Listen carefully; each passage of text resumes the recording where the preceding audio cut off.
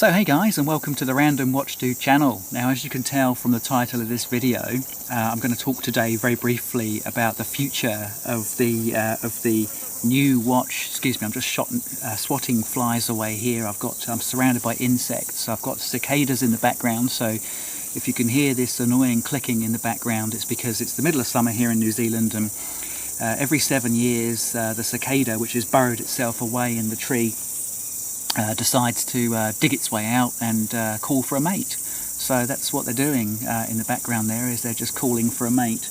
And once they've attracted a male, the female will then go and lay her eggs, and the cycle starts again. They go and spend 7 years in the tree as a grub, eating away in the tree, and then they hatch and mate, and off we go again. It's like the watch collecting cycle, really, isn't it? You know, you spend years and years and years sort of building up, you know, to this big event. You know, maybe it's your Grail watch or your Exit watch, and then all of a sudden it's over in 5 minutes, and the whole process starts again, because you realise that you've got as far as you can go, and so you decide to just blow everything up and start again in the hobby, which is essentially actually where I'm at now, but that's for another video.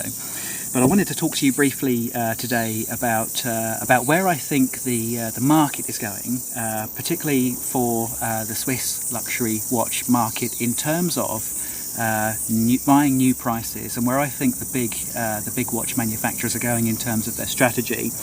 And I'll be honest with you guys, I don't think any of it is particularly good news for us. As much as we'd like to think that the Swiss watch industry, or the luxury watch industry, because we've got to include the likes of Grand Seiko in this as well, of course, and you know, some of the other maybe German luxury watch companies.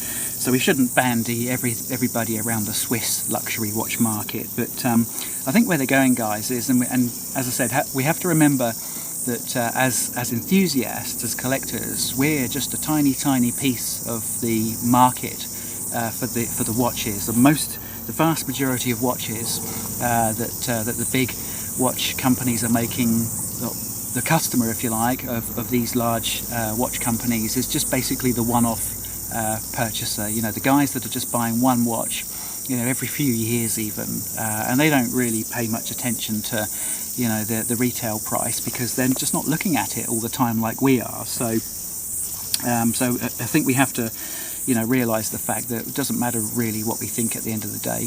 These brands are going to do what they want to do, and it will be based on the vast majority of their market, who are people that are just buying one watch, potentially one watch for their entire life, or maybe one watch every few years.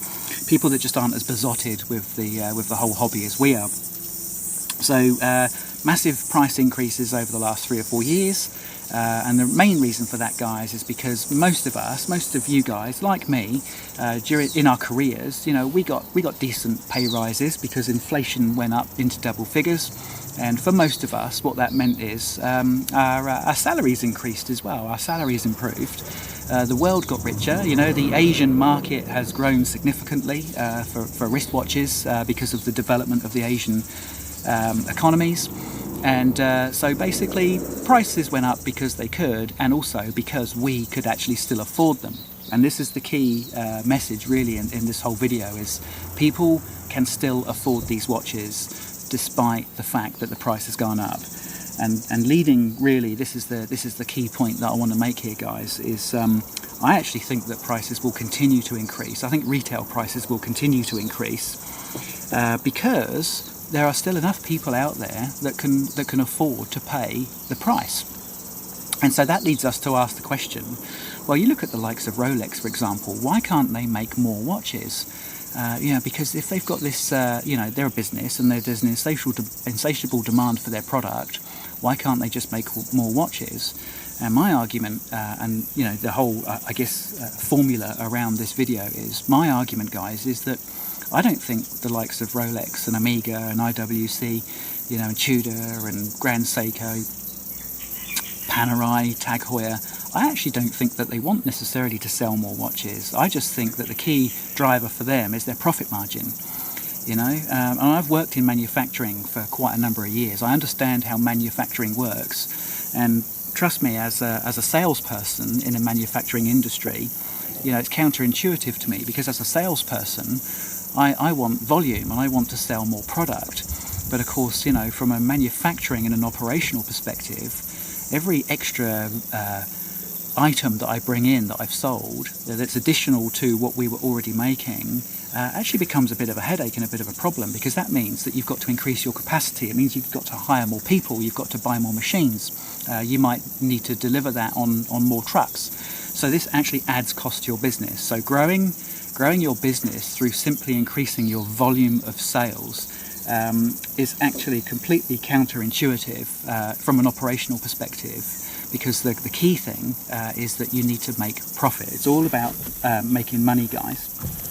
So I'm just having a little look down here, and I'm watching a duck. There's a duck at the bottom of the stream down here, and he's just really gorging himself on something down there. I'm not entirely sure what it is. And if he stays down there any longer, I might just turn the camera around and show you, because he's completely distracted me from what I was saying. And he's got his little ducklings down there as well. There's 3 little ducklings as well. So if they continue to distract me, I might just point the camera down there so you can see what it's about. But just trying to refocus on what I was saying, guys. In any manufacturing business, and I'm not just talking about the watch manufacturing business. In any manufacturing business, the key driver is profitability. It's about, if we are going to increase our volume, we have to make sure that we don't increase our overhead significantly more. And that is why, guys, counterintuitively, contrary to what us collectors would like, I don't think that the models that are currently really in high demand and low availability, I don't think they're going to become more available. I don't think when Rolex open up these new factories, which everyone's talking about, these 3 new factories, I don't think there'll necessarily be more watches available on the market. I just think Rolex are making new factories for the same reason that Tudor made a new factory recently.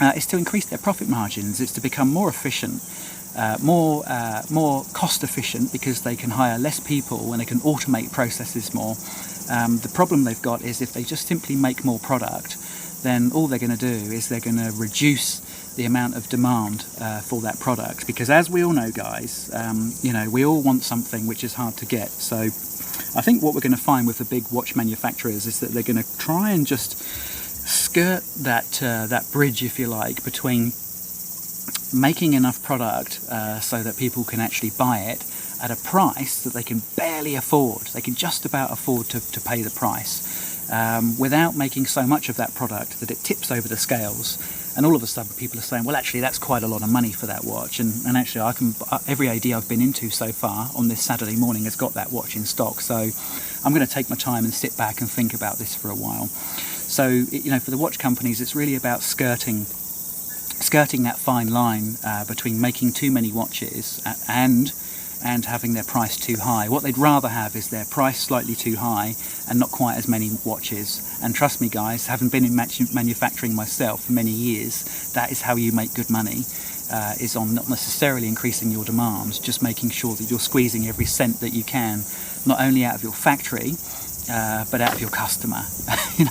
That's the brutal reality, is you want to squeeze your customer for every cent that you think they've got, whilst at the same time squeezing the efficiency out of your factory for every cent that it's got as well. So I think the only issue that the big watch companies have got realistically is that they've got to still be able to get people into their boutiques, particularly the likes of, let's say, Grand Seiko, because a lot of their sales are on boutique sales, Omega and Rolex, of course. Those guys have all pumped an awful lot of money into boutiques, and they have to be very mindful of the fact that they've still got to get people into those boutiques because they've still got salaries to pay. How are they going to do that? And I can tell you exactly how Grand Seiko do it right now, is they release loads and loads and loads of limited edition boutique only models. And the only way you can get that model is to go into the boutique, and boom, you're in through the door. They don't treat you like some of the Rolex ADs do. They actually want to talk to you and they want you to buy something. And Bob's your uncle. Grand Seiko have basically got their entire business model revolves around their boutique only models. And I think Omega are going the same way as well. I think Omega will continue to release kind of limited boutique only type models like they did with the Summer Blue collection, for example.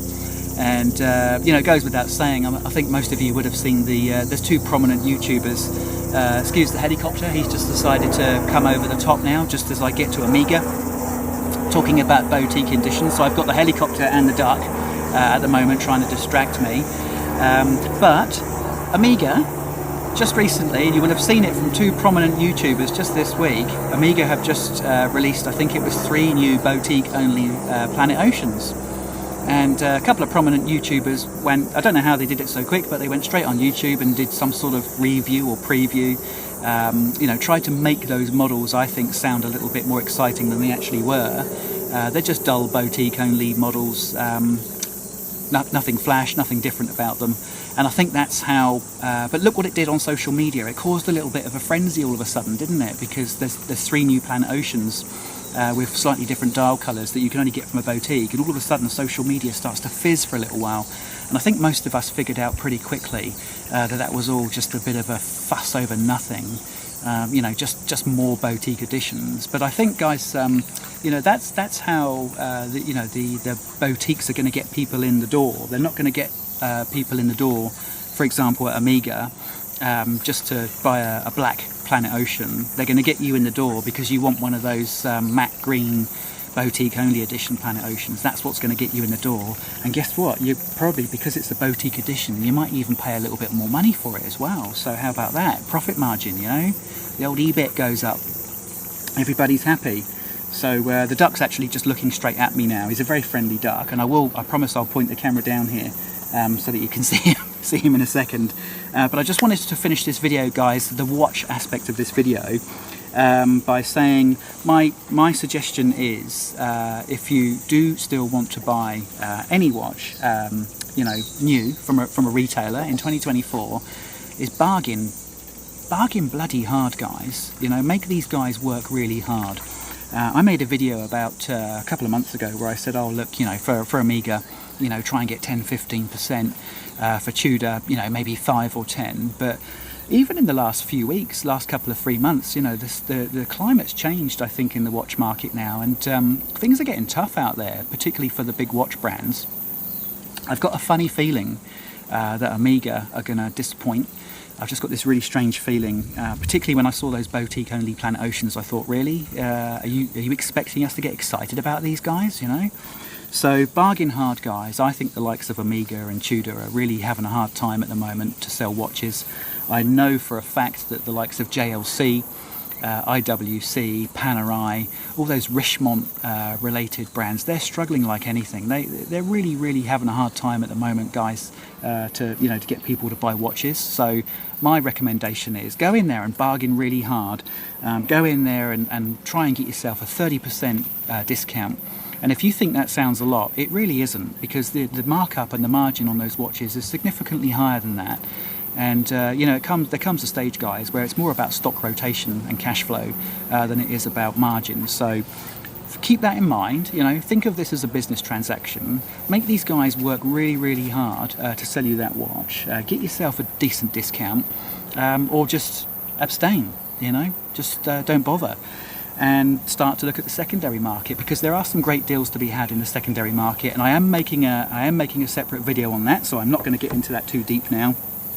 But just to circle back to the start of this video, if you guys want to buy yourself a new watch, and particularly the way the market's going over the next 3, 4, 5 years, you are going to need a bigger wallet, or you are going to need to sharpen up on your negotiation skills and make these guys work really hard for their money. And that's the end of the video, and the duck's still there, so I'm just going to pop the video back down here. Let me just yeah. So let me see if I can zoom in on him. So he's down right at the bottom of my garden. Oh, he's just hiding there. There he is, little ducky. I don't know if you can see him actually. It's quite contrasty, but there's 3 chicks down there as well. But they've been busy gorging themselves on the lovely green algae, I think, which is down there. He's frozen because I've pointed the camera at him. But there's a couple of chicks just over there. There's a couple of chicks just playing around in the reeds.